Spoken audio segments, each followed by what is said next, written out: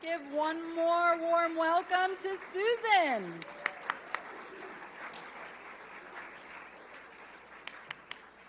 Hello, I'm a newbie too. Growing up, I never liked horror movies, but there's two from my childhood that really stick out in my memory. One was called And the Bones Came Together. This is 1975, was back in the day when most families had a TV set. It was in the living room, and I remember sleeping over my friend Mary Beth's in my sleeping bag, and it came on, and it was hiding under there, and I'm sure if I pull it up today, it's probably the campiest thing I'll ever encounter. But, in my little elementary school mind, it was horrific. The second one that has stuck in my memory forever happened in the 6th grade, and it wasn't at night, and it wasn't in a sleeping bag. I walked into my little 6th grade class. I live in this little town north of here. My mom was like June Cleaver, except she didn't wear dresses. She wore curlers and, cotton pants and clean. But 6th grade teacher tells all the girls, please rise and line up at the door. Okay, no problem. So we line up at the door, and they take us down to the hall to my favorite place on earth, the library. But there's paper covering this giant window and going into the library, and I'm like, odd, very odd. The librarian never did that before, so they put us all in, and you've all been in little elementary school libraries with the little tables. They seat all of us girls at the table, and the projector, 1975, folks, the grainy projector that made that awful clicking noise on that screen in front of us. And there it was, this stretched out vagina and this head coming through. What the fuck? All right? I'm like 6th grade. The most risque thing I've seen is the Brady, Mr. and Mrs. Brady in the same bed on television. All right. Now, it was traumatizing, and I mean, especially because at that point I shut my eyes. I never opened them again until the projector went off, and so I am now almost 56 years old, and when I close my eyes, that head is still stuck in that position. Swore to God, at that moment, I am never, ever going to have a child. I went home. I lost all respect for my mother. I looked at my grandmother differently. I said, not happening, folks. Well, time passes and memories are supposed to fade, but it didn't.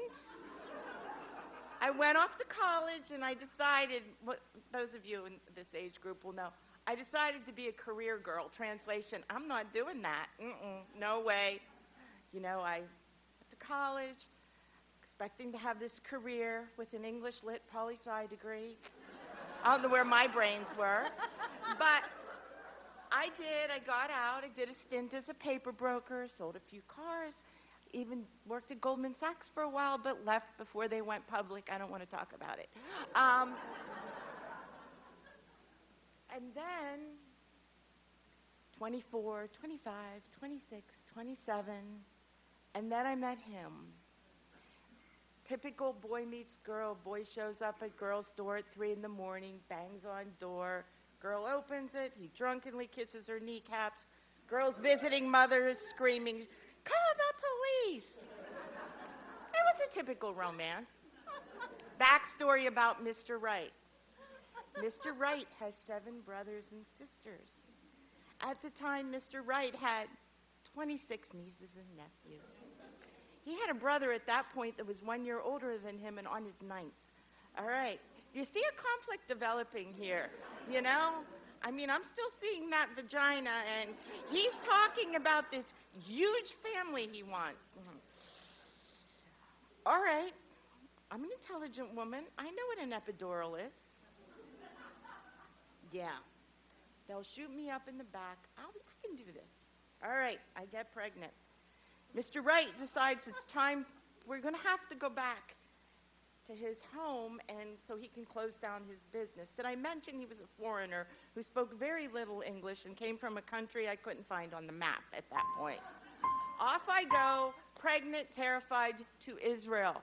But I know it's civilized and they're going to have my epidural. That's all I care about. I can do this, epidural. All right. I get to Israel. A few months later, I go into labor. I get to the hospital. The nice Russian doctor tells me to go home. Your water didn't break. I'm like, I'm 3 minutes apart, for God's sake. Go home. Husband sleeps. I walk around and curse all night and go back the next day.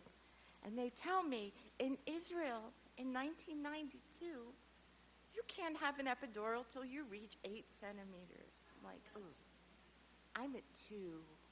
The Pitocin isn't working. 22 hours later, I hit 8 centimeters.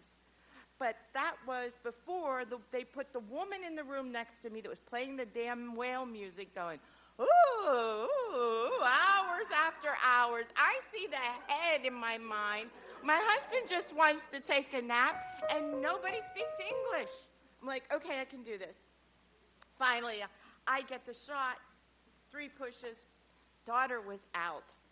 Now, I know at that very moment in time, that doctor looking in there saw my 6th grade movie. He was seeing it, front row center.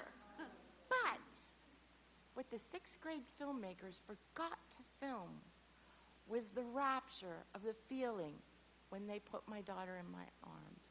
I didn't forget the pain of labor. I sure as hell didn't forget the whale signs and when to kill that woman. All right? But what I do remember is the most important thing. Birth is terrifying to a 6th grader, but to a grown woman, it's miraculous. Thank you.